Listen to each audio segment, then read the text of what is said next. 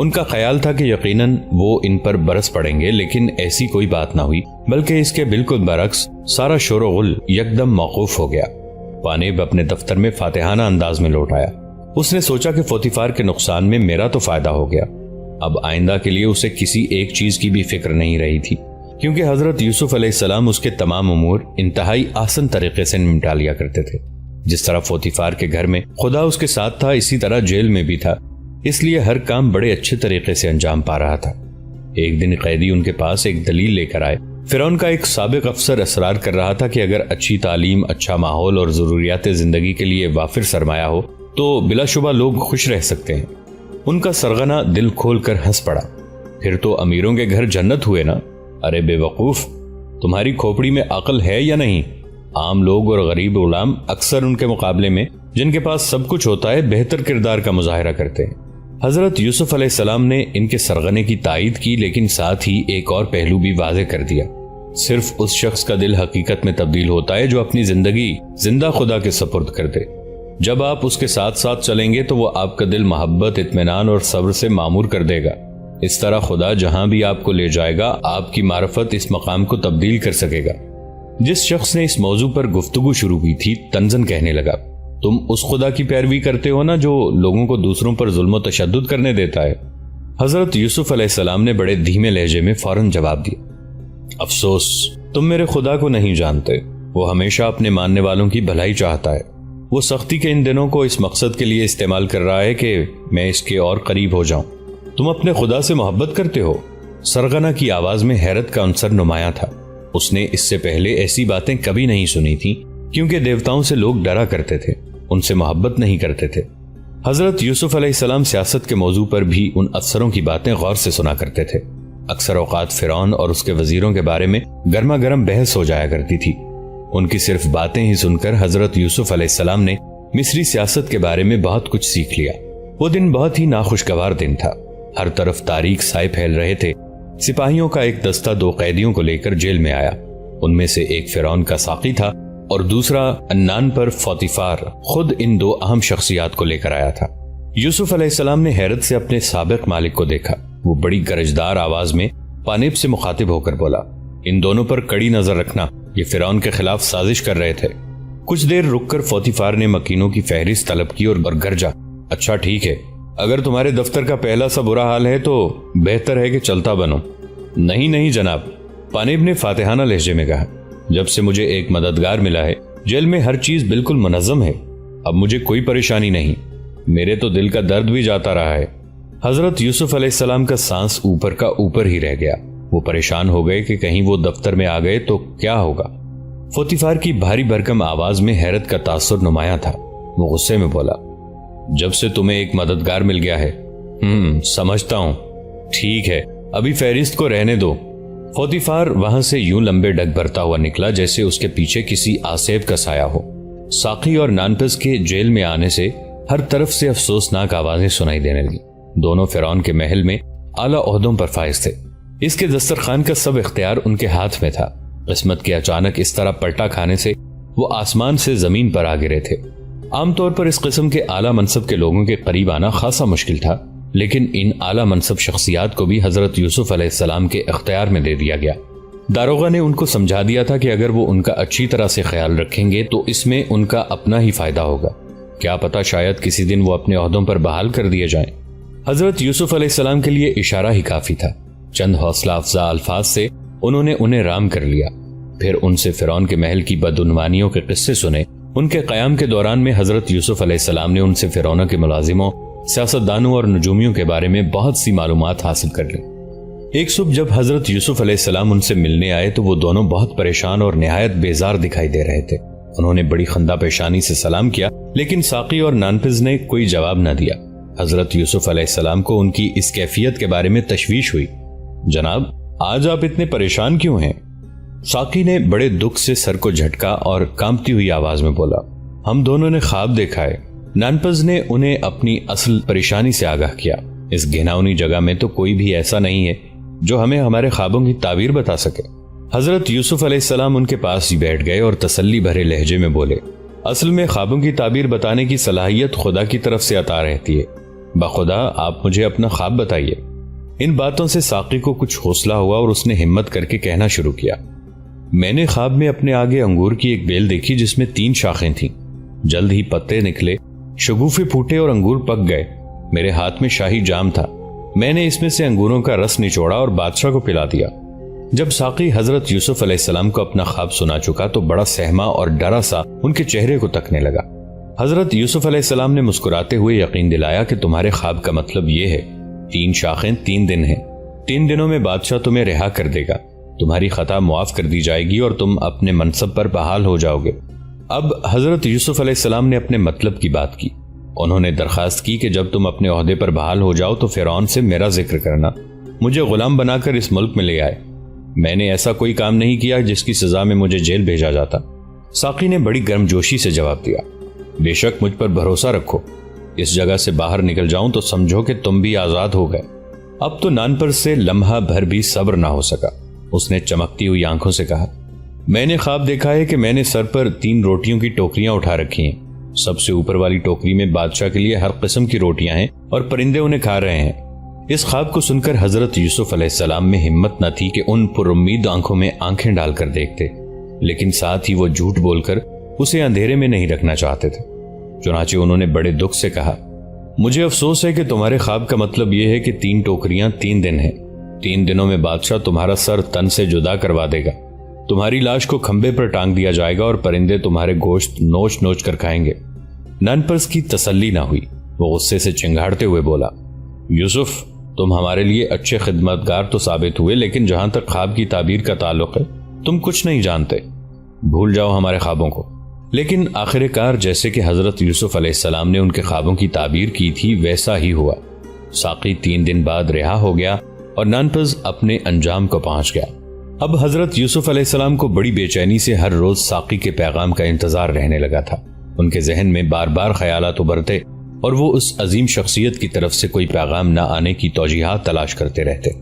رفتہ رفتہ ان کی بے چینی مایوسی میں بدل گئی۔ انہوں نے ایک بار پھر معلوم کر لیا کہ آدمیوں پر بھروسہ نہیں کیا جا سکتا، سب مطلبی یار ہوتے ہیں۔ لیکن ایک پرانا سوال انہیں پھر پریشان کرنے لگا، ایسے میں خدا کہاں ہے؟ کیا اس نے آخر کار مجھے بھلا ہی دیا ہے؟ انہی خیالوں میں مزید 2 سال کا طویل عرصہ بیت گیا۔ شہر دوپہر کی گرمی سے سلگ رہا تھا، پھر بھی فوتیفار کی بیوی آج حسب معمول سو نہ پا رہی تھی۔ اس کی لونڈی بشامہ سوچنے لگی کہ آخر آج میری مالکہ کو کیا ہوا ہے۔ اس کی طبیعت کی بے چینی اس کی رنگینی اور شوخی فطرت کے بالکل برعکس ہے۔ موسم کی شدت کی پرواہ کیے بغیر وہ خود کو ادھر ادھر کے کاموں میں مصروف رکھے ہوئے تھی۔ بشامہ کو اسے غسل دینا اور مالش کرنا تھی، اور اب مرحلہ لباس کے انتخاب کا تھا۔ ایک سے ایک لباس اس کے آگے پڑا تھا، لیکن کوئی بھی اس کی نظروں میں نہ جچ رہا تھا، اور پسند بھی کیسے آتا۔ اس کے خیالات تو نہ جانے کہاں بھٹک رہے تھے۔ گزشتہ رات کئی ماہ کے بعد فوتیفار نے اس کے سامنے یوسف کا ذکر چھیڑا تھا۔ اس نے کنکھیوں سے اپنی بیوی کو دیکھتے ہوئے یوں بات بڑھائی، جب سے یوسف جیل میں گیا ہے وہاں کے حالات بالکل سدھر گئے ہیں۔ پانب بتا رہا تھا کہ اس کی معرفت، اس کی قسمت ہی بدل گئی ہے۔ بشامہ حیرت زدہ سی اس کا منہ تکنے لگی۔ بیگم کی شعلہ سی آنکھیں اس کے دل کی کیفیت کی غمازی کر رہی تھیں۔ اسے خود پر غصہ آ رہا تھا۔ وہ چلائی، پھر کبھی اس کا نام میرے سامنے نہ لینا، بہتر تو یہ ہے کہ ابھی اس کا سر اڑا دو۔ اس کے دل و دماغ میں ہلچل مچی ہوئی تھی۔ وہ سمجھ گئی تھی کہ وہ اپنے شوہر کو کسی طور پر قائل نہ کر پائے گی۔ فوتیفار نے ایک پرمانی مسکراہٹ سے بیوی کو دیکھا اور باہر نکل گیا۔ بیوی نے اپنی اس نیم گرم ازدواجی زندگی کو بہتر بنانے کی ایک اور کوشش کرنے کا ارادہ کر لیا۔ بشامہ اس کی خاصوں میں سے تھی جو اس کے مزاج کو اچھی طرح سے سمجھتی تھی۔ اسے فوراً احساس ہو جاتا تھا کہ کب اس کی مالکہ کو کسی کی ضرورت ہے۔ جب وہ بیگم کا جوڑا بنا رہی تھی تو اس نے بڑی تشفی آمیز لہجے میں اس کی ڈھارس بندھائی۔ آقا فوتیفار ان دنوں انتہائی مصروف ہیں۔ فرعون کی حفاظت کی ذمہ داری بڑا جان جوکھوں والا کام ہے۔ بیگم نے تائید کی اور گہری سانس بھری۔ ہاں یہ تو ہے، اگر بات بیگم نے تائید کی اور گہری سانس بھری۔ ہاں یہ تو ہے، اگر بادشاہ کو کچھ ہو گیا تو میرے شوہر کی جان کی خیر نہیں، اور ساتھ ہی وہ فرعون کے محل میں جلوداروں کے سردار بھی ہیں۔ پھر انہیں سرکاری جیل اور پھانسیوں کا بھی انتظام کرنا ہوتا ہے۔ کام اتنا زیادہ ہے کہ میرے لیے تو ان کے پاس وقت ہی نہیں ہوتا۔ بشامہ کی خوش گپیوں نے بیگم کے بوجھل خیالات پر ٹھنڈی پھوار کا کام کیا۔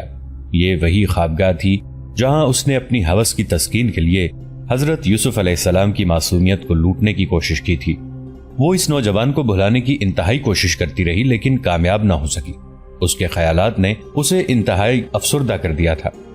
جب سے اس کے شوہر نے حضرت یوسف علیہ السلام کا ذکر چھیڑا تھا وہ پھر سے آسیب کی طرح اس پر چھا گئے تھے۔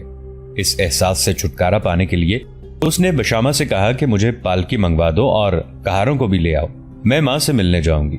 اس فیصلے پر وہ دبی سی ہنسی ہنستے ہوئے بولی، ماں کو اپنے آرام میں میری دخل اندازی کچھ اچھی تو نہیں لگے گی، پھر بھی کبھی کبھی بیٹی چاہتی ہے کہ وہ ماں سے مل کر ڈھیروں باتیں کرے۔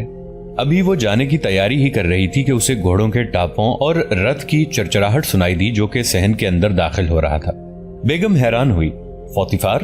اور اس وقت اس نے اوپر جھروکے سے شوہر کو دیکھ کر ہاتھ ہلایا، یہ بے وقت آج گھر میں کیسے؟ میرے سرتاج، آپ تو بہت ہی تھکے ہوئے لگ رہے ہیں۔ فوتیفار نے پسینہ پہنچتے ہوئے اوپر دیکھا اور اسبات میں سر ہلاتے ہوئے جلدی سے اندر چلا گیا۔ اس سے پہلے کہ وہ دیوان خانے میں داخل ہوتا بیگم بھی اس کی پذیرائی کے لیے جلدی سے نیچے اتر آئی۔ فوتیفار نے خود کو کرسی پر گراتے ہوئے کہا، ایک گلاس ٹھنڈا پانی، بلا کی گرمی پڑ رہی ہے۔ بیگم کا اشارہ پاتے ہی بشامہ پانی لینے چلے گئی۔ فوتیفار اپنی بھاری بھرکم آواز میں اپنی بیوی کو رویداد سنانے لگا کہ کیا بتاؤں، محل میں تو میلہ لگا ہے، جادوگر، دانشور، نجومی اور نہ جانے کون کون محل میں ابڈے پڑے ہیں۔ اس نے ٹھنڈی سانس بھری، کبھی کوئی آ رہا ہے کبھی کوئی، سب کے سب فرعون کے 2 خوابوں کی تعبیر بتانے کی کوشش کر رہے ہیں۔ پھر اس نے زور سے اپنی ران پر ہاتھ مارا، لگتا ہے دیوتاؤں نے کسی خاص وجہ سے ان کے ذہن کند کر دیے ہیں۔ بیگم نے لونڈی سے تشتری پکڑی اور بلور کا جام فوتیفار کو تھماتے ہوئے چہک کر بولی، جانے من، آپ کا پسندیدہ مشروب انگوروں کا رس پی لیں، طبیعت بحال ہو جائے گی۔ پھر اس کے مقابل بیٹھتے ہوئے پوچھنے لگی، اگر یہ سچ ہے کہ فرعون کی کئی دنوں سے بھوک اور نیند اڑ چکی ہے تو پھر تو اس کا مزاج آج کل بہت چڑچڑا ہوگا۔